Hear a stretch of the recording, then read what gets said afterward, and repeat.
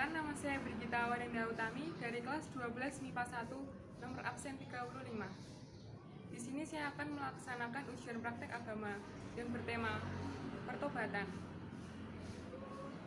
Marilah kita bersatu dalam doa.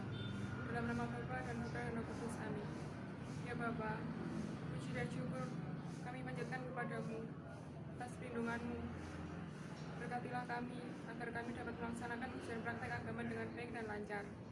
Dan berkatilah kami ya Bapa, semoga kami dapat melanjutkan studi ke jenjang selanjutnya. Dan kami dapat meraih cita-cita kami. Amin. Marilah kita mendengarkan bacaan Injil. Perumpamaan tentang domba yang hilang. Lukas bab 15 ayat 1-7. Para pemungut cukai dan orang-orang berdosa biasanya datang kepada Yesus untuk mendengarkan Dia. Maka bersemut-semutlah orang-orang Farisi dan ahli-ahli Taurat.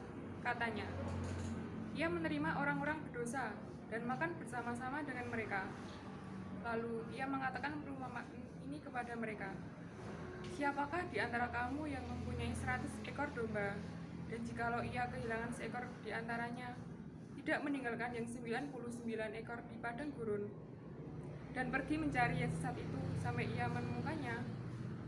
Dan kalau ia telah menemukannya, ia meletakkannya di atas bahunya dengan gembira, dan setibanya di rumah, ia memanggil sahabat-sahabatnya dan tetangga-tetangganya, serta berkata kepada mereka, "Bersukacitalah bersama-sama dengan aku, sebab dombaku yang hilang itu telah kutemukan." Aku berkata kepadamu, demikian juga akan ada sukacita di surga karena satu orang berdosa yang bertobat, lebih daripada sukacita karena 99 orang benar yang tidak memerlukan pertobatan. Demikianlah Injil Tuhan. Terpujilah Kristus. Jadi, renungan yang dapat diambil dari perumpamaan tentang domba yang hilang. Kita sering mengaku dosa dan bertobat di hadapan Tuhan, bahkan menangis dengan sedihnya. Tetapi, mengapa kita masih hidup dalam lingkaran dosa dan pengakuan dosa? Bagaimana kita bisa menyingkirkan dari ikatan dosa dan tidak lagi melakukan dosa, dan mencapai pertobatan sejati, dan memasuki kerajaan surga? Perjalanan hidup orang percaya tidak selamanya mulus. Ada kalanya penderitaan menghampiri mereka. Walaupun demikian, respon mereka berbeda-beda. Ada yang berserah, tapi tidak sedikit pula yang menggerutu ketika tertimpa masalah. Pertobat yang dimaksudkan bukan hanya bila orang mengubah arah dan cara berpikir dan bertindak, melainkan bila orang berani untuk mengambil bagian dalam penyempurnaan hidup bersama Yesus. Karena itu, tobat dikaitkan dengan iman.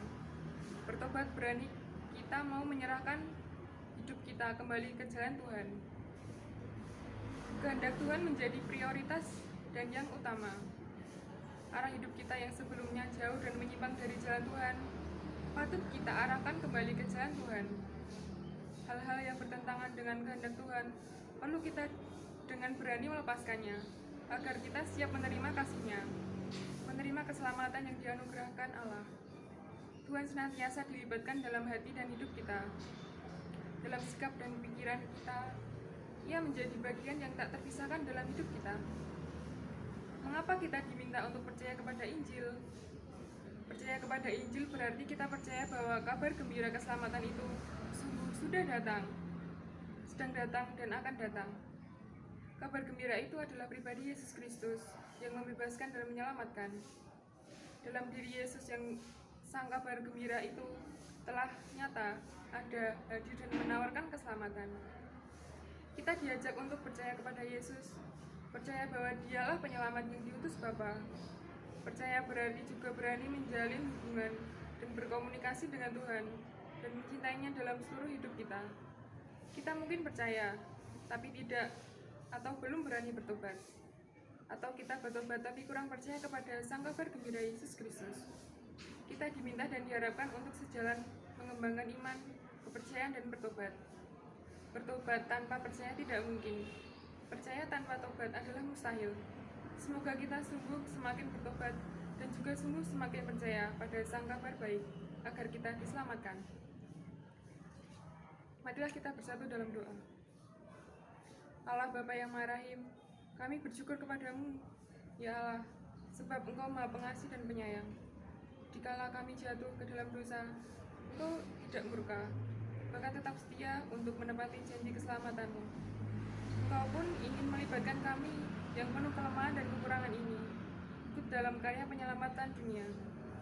Kuatkanlah kami untuk mampu meneladani Bunda Maria, menjadi pekerja sama yang setia dalam karya penebusan dunia.